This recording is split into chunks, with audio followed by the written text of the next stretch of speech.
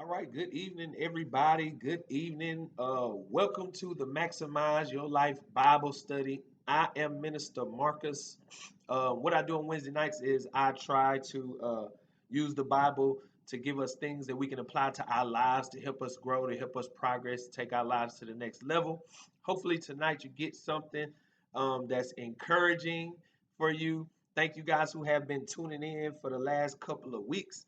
I don't plan to be on loan tonight at all. It's good to see you guys on TGM Television on our YouTube channel. It's great to see you guys on Instagram, and I see you guys on Facebook. Some of y'all are just coming in. I'm not going to be on loan tonight at all, but I'm going to just go right into it. For those of you that do know, this month we are in the book of Numbers, and I think we've been doing pretty good in Numbers. Been getting a lot of good feedback, and so we're going through. I think we have one or two more lessons in Numbers, and then we're going to Deuteronomy. So every month we're taking a different book. We're successfully progressing through the Bible. And so tonight I am coming from Numbers 14. I'm gonna start at verse 10. And look, I got big green. Don't laugh at it. It's raggedy. It is raggedy. But I call him Big Green. I like my big green Bible. All right. And so I got this book so you can understand what we're reading. Hey, I see you on Instagram. I got big green for your reading so like you can understand it a little bit better. You know what I'm saying? And so I'm going to read 10 verses, Numbers 14, 10 through 20. And I'm going to give you three things and then I'm going offline. All right. And so it goes. But the whole community began to talk about stoning Joshua and Caleb. Then the glorious presence of the Lord appeared to all the Israelites from above the tabernacle. And the Lord said to Moses, how long will these people reject me? Will they never believe me, even after all the miraculous signs I have done among them? I will disown them and destroy them with a plague. Then I will make you into a great nation, far greater and mightier than they are. This is what he says to Moses. Then Moses says, but what will the Egyptians think when they hear about it? Moses pleaded with the Lord. They know full well the power you displayed in rescuing these people from Egypt. They will tell this to the inhabitants of the land who are well aware that you are with this people. They know, Lord, that you have appeared in full view of your people in the pillar of cloud that hovers over them. They know that you go before them in the pillar of cloud by day and the pillar of fire by night.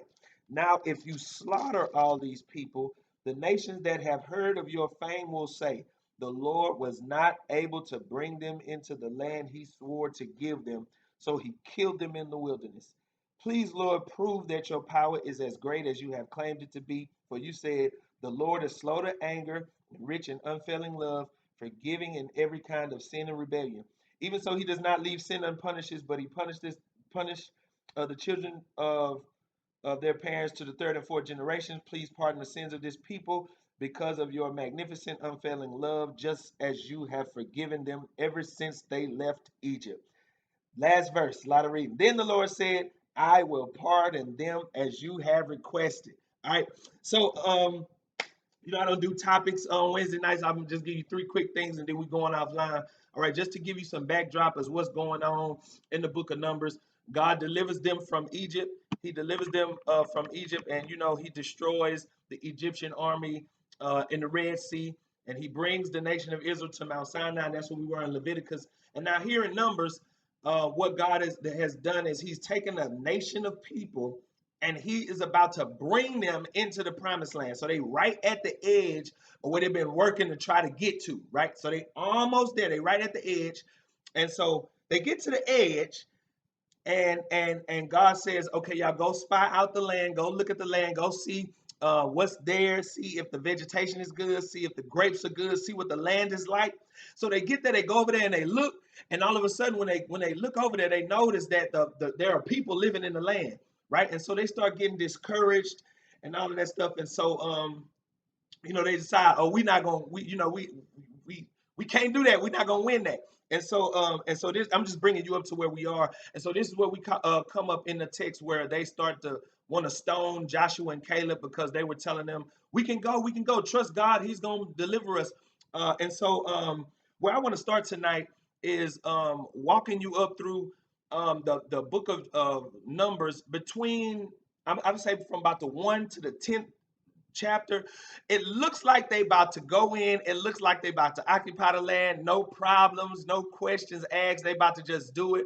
But it's about the 11th chapter that we start to see the problems unravel within the community of Israel. And you'll see a lot that Israel complains to God. They speak evil of Moses. They come against Moses. All of the opposition in between the 10th and the 20th chapter, how Moses just constantly is facing opposition. And I think that it's good that the Bible does not hide the internal problems of Israel, because it shows that no matter what God is doing in your life, there will be problems. I wish somebody would have told me that right when I first came into the knowledge of God, that no matter what God is doing in your life, there will be problems, there will be opposition, there will be challenges, which brings me to number one. You have got to learn to progress in spite of problems. You cannot allow your problems to stop your progress. That's number one. You cannot allow your problems to stop your progress. And I want to stress that because so many times I run into people who are expecting everything to go right just because they are trying to do right.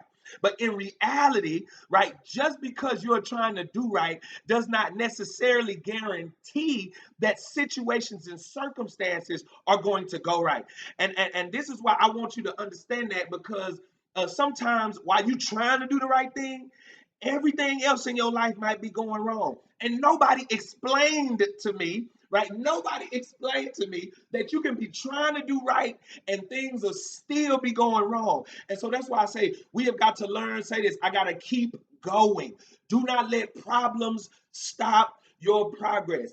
These chapters highlight the difficulty of trying to move forward while facing opposition. And I want to tell you, whether you live in godly, whether you're trying to be a Christian, whether you're trying to build your credit, whether you're trying to build your finances, no matter what good that you're trying to do, opposition, challenges, setbacks are always going to come. And I want to stress that because too many times we allow problems to make us quit. We allow problems to make us turn around. We allow the things that we face to stop us from doing what we're doing. And so my number one tonight is you got to learn to keep going. If you want to be effective, you have got to learn to keep going. If you want to see change, you got to learn, come on, to keep going. You cannot allow problems to stop your progress. If you want to see progression, if you want to see change, if you want to see transition, you cannot let your problems stop your progress. Learn to keep going. I had to learn this. Overcome it and keep going. I'm going to overcome it and keep going. I think that's the story of my life. Overcome it and keep going. So what? It happened. I know it happened, but you got to overcome it and keep going. And this is the picture of the text. What they are doing is they have a lot of challenges. They have a lot of setbacks, but Moses does not allow that to hold them back from getting to their destination. So do not let problems stop your progress. So that's number one. All right, so here's what they have been working towards, their goal. They have been working towards getting to this place, and they right on the edge, but they get discouraged when they see the challenge. And I think it's a great example of the way that God deals with us. It's a great example of the way that God deals with us. And this is what he says. Now, catch this now. This is what God says. It's yours, but you got to fight for it. It's yours, but you got to fight for it. Look, I want you to hear me when I say that. It's yours, but you got to fight for it. I would imagine if God is going to give me something, right? Why do I have to fight for it? If God is going to give me something, why do I have to fight for it? And here's my number two. Here's my number two, that God works through your energy and your effort.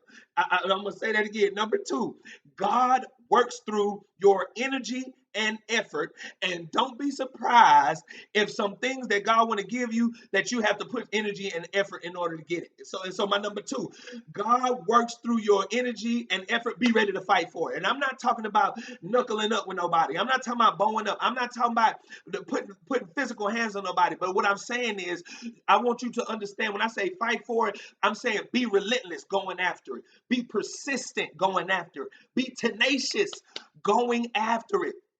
I only do this. I ask God, is it mine? And once he says that it's mine, then I'm going to fight for it. I'm going after it with everything I got.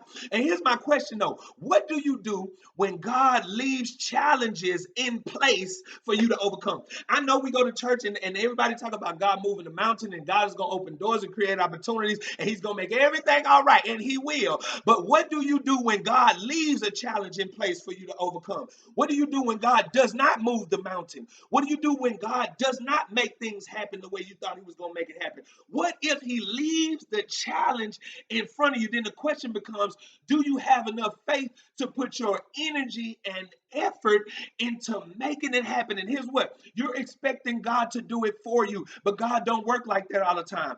God is going to do it with you and through you. Look.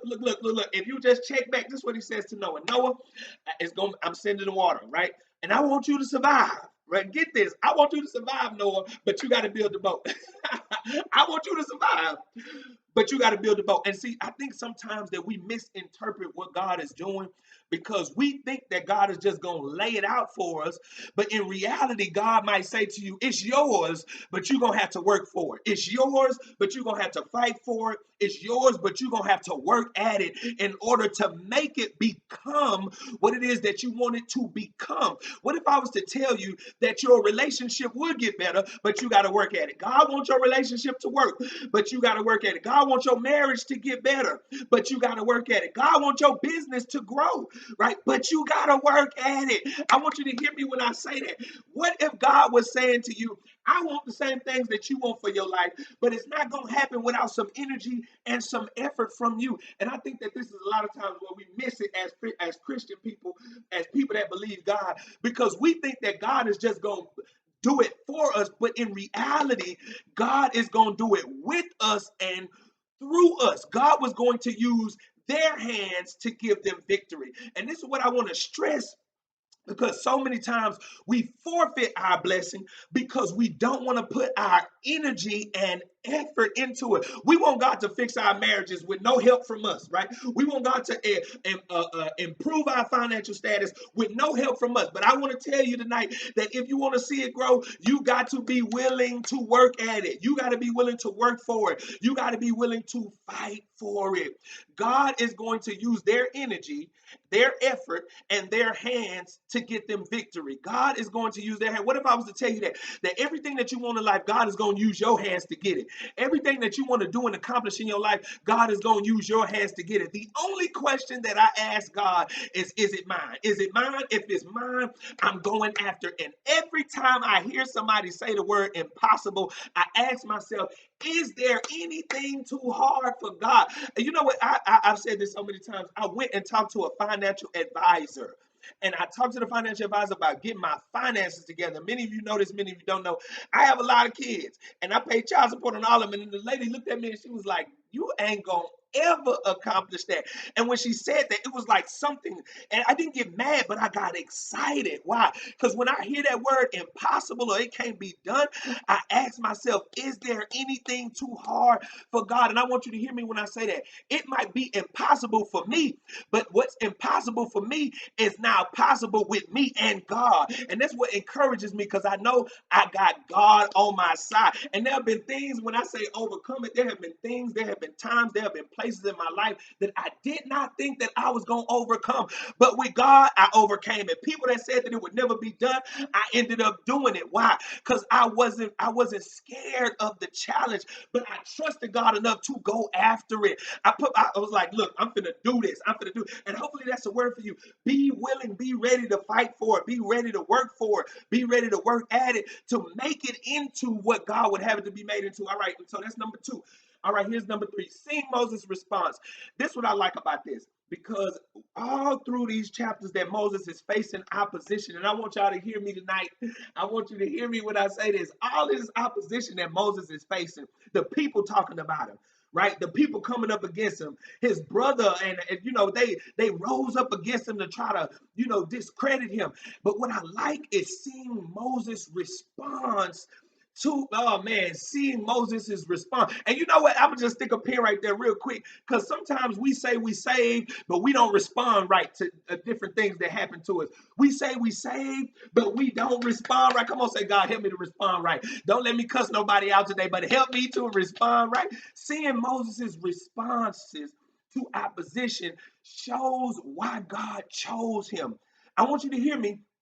The experiences of his life proved usable. That means the things that he had went through gave him a lot of experience as far as being a leader to the nation of Israel.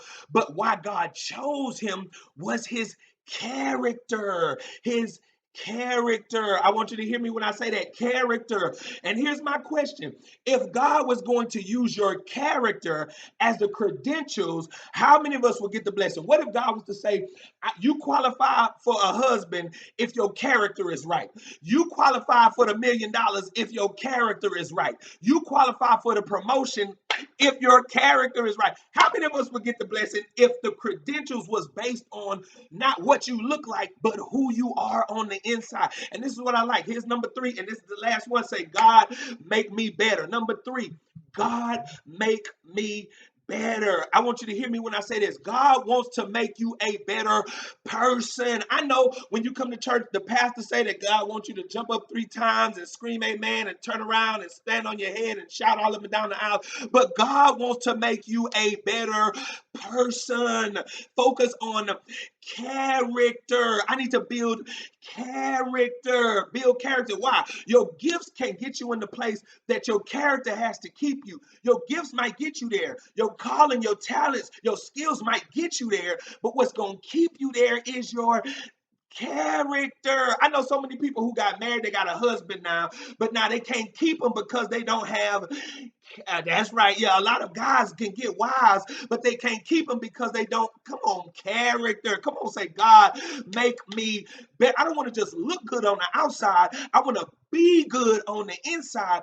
What if your next level was based on your character? Do you, what if God was saying, look, I want to give it to you, but is your character ready for it? Is your character ready for it? Come on, say, God, make me better. The outside matters, but the inside matters more.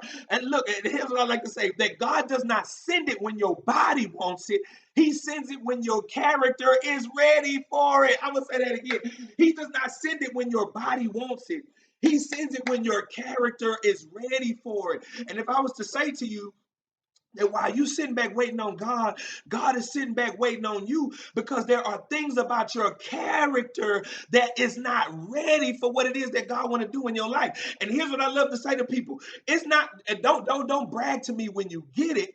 Brag to me when you're able to keep it and sustain it, because that says everything about your character. Come on, say, God, make me better. That's number 3. God, make me better. God, make me better. There are some things about me that I need you to help me fix. I'm not looking at nobody else, but I'm looking at me. I want you to focus on building your character. So with that, guys, look, I'm at 18 minutes. I did good tonight. Hopefully something that I said was really encouraging for you. Hopefully it put you on a path. Maybe you were praying about something. I hope something that I said was a big encouragement to you. If you guys want to, if you get up early on Sunday morning and you're just looking for somewhere to go, you can definitely come and visit us. You can go to our website and it'll tell you everywhere. It has a map on there to show you. www.thegodmovement.com. So go to our website, link up. We have an online community. You can definitely be a part of that. And so it's right there, babe. Thank you for putting it on Facebook Live. But thank you guys for tuning in tonight. I come on every Wednesday night at 8:30, and I give you 3 simple things that'll help you grow, to help you progress, or help you maybe understand God better. So with that, guys, thank y'all for tuning in. I'm about to go offline. Y'all have a good night. Good night, Facebook. I'm going off. Good night, Instagram. I'm going off. Uh-oh. There we go. All right. Y'all have a good night. And good night, TGM Television.